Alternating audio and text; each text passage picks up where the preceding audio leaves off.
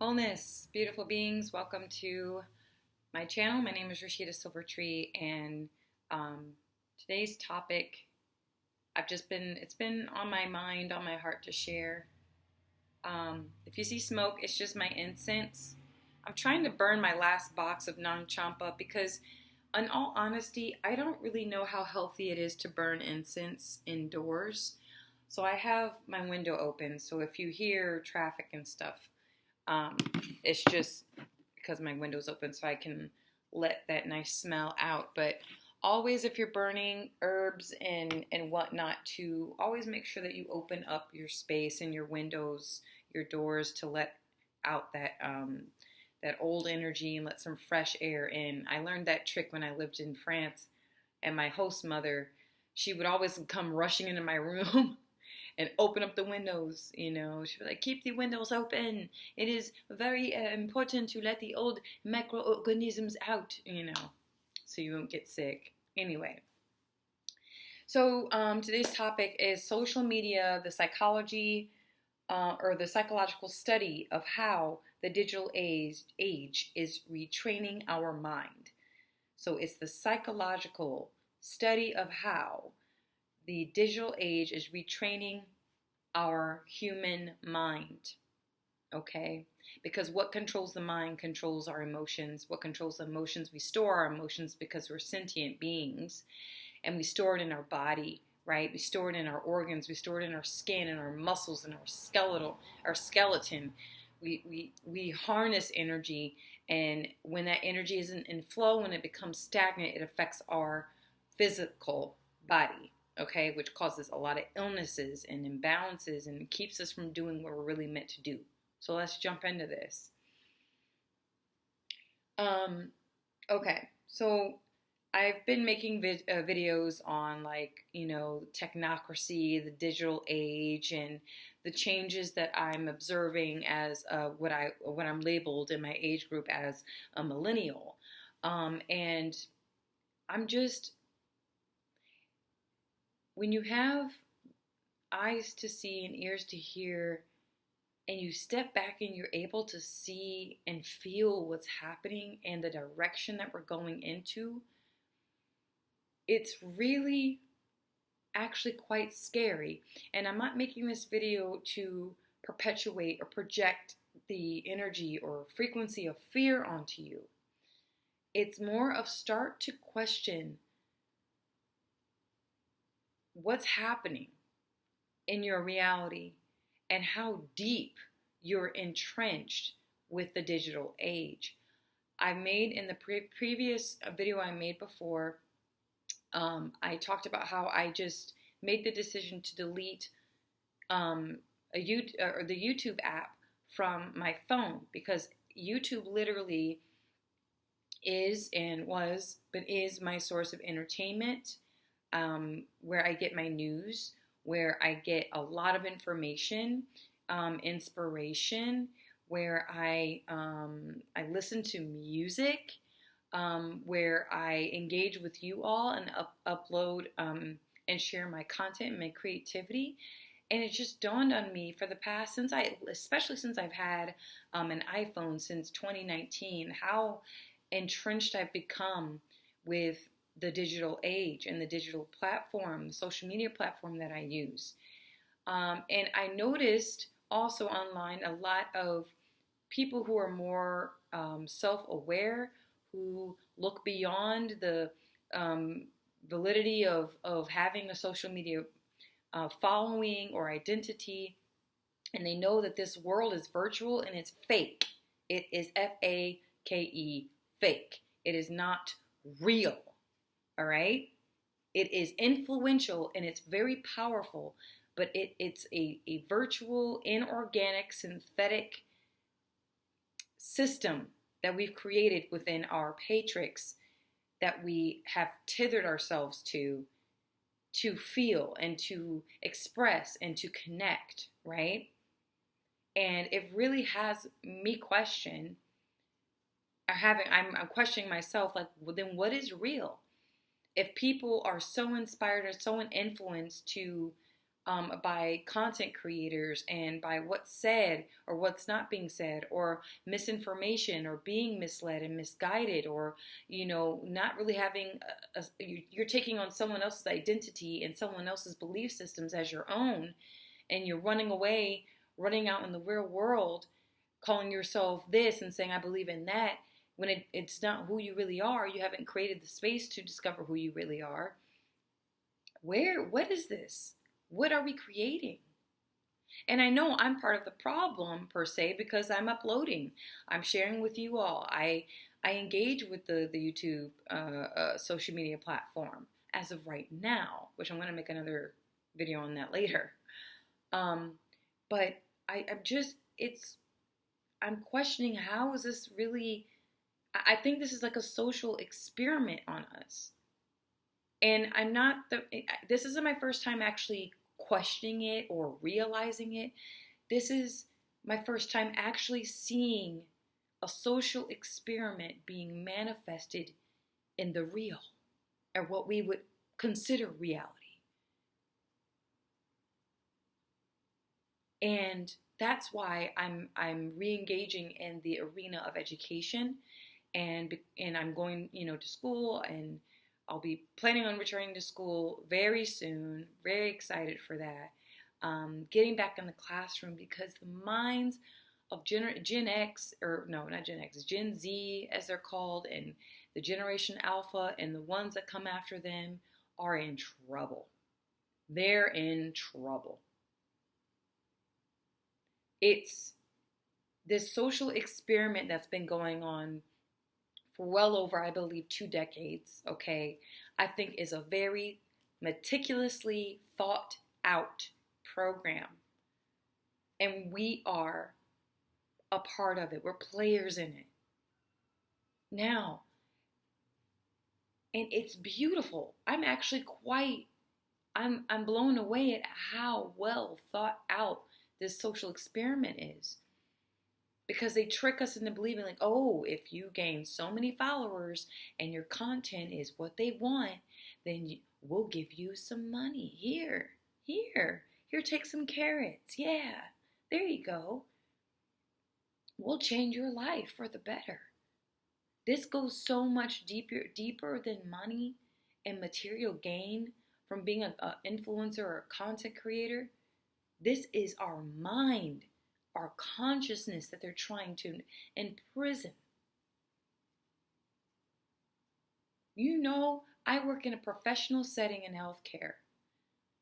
And everyone, almost all of the professional people I work with, are either they have their cell phones on them, but most of them, the doctors and nurses they are forced to use their cell phones on the job, because they have to use a software to stay connected, to share highly sensitive and private medical information between the members in the treatment team, right? The doctor, psychiatrist, therapist. It's called Doc Halo. Okay, where I'm at anyway. But it's just it's creepy. Everyone's head is just down and locked in to this virtual thing. And I'm questioning now, like, what is real? Because to have such an object and these social media platforms where you're clicking a button, not even a button anymore, you're clicking on screens and swiping and moving things, and you do that enough times a day. You sit in front of a camera, you talk to yourself, right? And you're hoping and praying someone's gonna see you, right? And then that becomes your income. It's like, what is reality and what is real? What is virtual? Because I've always thought that we live in a simulation anyway. Reality is just simulation or a holograph. Like this room, this setting is here because I'm consciously putting my thoughts and feelings and shaping it into a real setting, right? Well, with that being said, the grocery store down the road doesn't exist yet until I make and get it in my car and drive down the road, and then it just kind of fabricates itself as I'm moving and driving down the road. And voila, there's a grocery store there. And then I share this simulation with the collective, and we all agree that there is a grocery store down the road. Read Holographic Universe by Michael Talbot. Okay, that's that back in 2016 when I had one of my spiritual awakenings. That book helped me get through and understand things and help to expand my perspective and how I perceive reality. But are we asking ourselves how our engagement with each other in this digital age is affecting us psychologically? Like our minds are being retrained and reprogrammed.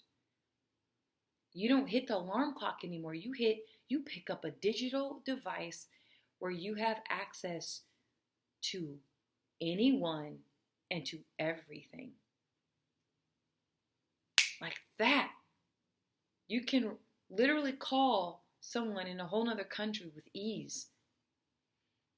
Right? I know for Europe you have to get 001 and then, they have a different set of numbers, right? When it comes to continental phone calls. But no, we have apps for that. And so it's just mind-boggling. Like, I know I can't be the only one sitting here like, how is this affecting our species? And the thing is, we normalize it. And then people like myself, when you sit and you start to critically, like, you begin to analyze human behavior, and you look like the crazy person. You look like somebody who's odd, who doesn't have it all together. You're a little off, or you're too judgmental. Don't worry about it, or it's just the new way of doing things. I'm sorry, but I'm all about the mind, protecting my mind and being aware of consciousness itself. And no, I no longer get caught up in religion. I just don't. I just don't anymore. It doesn't resonate. And people say, you don't believe in God? What is God? And is God isn't God your relationship with God a personal connection? Why does it have to involve everybody else? We all have a unique individual connection to the Most High. So why does it have anything to do with you or your parent or your mother or your sister or your husband or your children? Because I was programmed to believe that if in the household, in a Muslim household, because we're the people of the book, Muslims, Jews, Christians, right? They believe in the prophets and all that stuff, and they're monotheistic religion, okay? Where everyone in the household has to believe in the same God. Like, if you don't respect me as your mother or your father, you're disrespecting God. It kind of, with that type of training, and it broke, thankfully, because you carry a lot of burden on you when you do this whole group think with your personal relationship with God, because we come through our mother's wombs by ourselves. It is a lone journey. It's a single journey. You're part of the all, and you come into this world to have an individual experience, and you leave this world having an individual experience.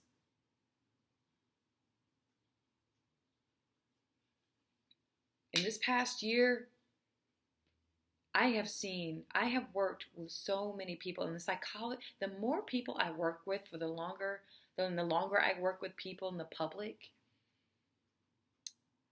the more I really find the psychology of the human nature. It fascinates me. I find it quite fascinating. I've worked with babies or toddlers, right? And my oldest patient was 106. Either I've called people my students or my patients, right? or an audience because I would, perform on stage and stuff as a musician, as a performing artist. So I have a unique, like, experiences when it comes to human connection. I don't just look at someone on a surface level. I can't do that. The empath in me, it's a beautiful gift. And it may feel like a curse when you're younger and you're inexperienced and you don't know how to filter your feelings. You don't know how to discern. So you'll take on everybody else's shit. Excuse my French. I'm gonna try to work on cursing. I don't curse that much, but but you take on everyone else's energetic residual garbage that they don't deal with, or they're too weak to deal with, right? And you take it on. That's what empaths do. We're conduits of energy. Okay, it's a superpower, and there are a lot of empaths out there, and as well as our kryptonite, which are narcissists. But everyone has some degrees of narcissism and some degrees of empathy. But empaths, when when it's above average, it's just a completely different experience. But what say you out there? Like, what do you think? How do you think your mind is being reprogrammed and retrained by carrying a black box with you? This is your microchip. It's our microchip. Do you know, since I've deleted my YouTube app from my phone, I barely look at it. It's just been on airplane mode or off. Like, I reply to your comments. Thank you so much for those of you who engage with me and, you like whatever I put up. Thank you. I'm not knocking the engagement. It's like, I know we're all part of it. We're all part of the problem. You're sitting on the other end watching me, and I'm sitting here talking to myself, recording myself, talking to myself, in a room, hoping that someone will watch this. And if not, that's fine. It's neither here nor there, because I know it's a virtual thing. It's not real. Right?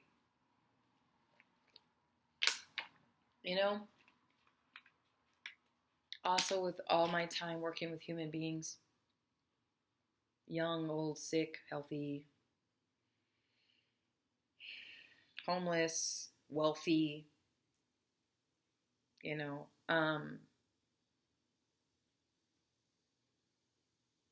vulnerable, or guarded. I will say this: people will forget what you say. People will forget what you do for them.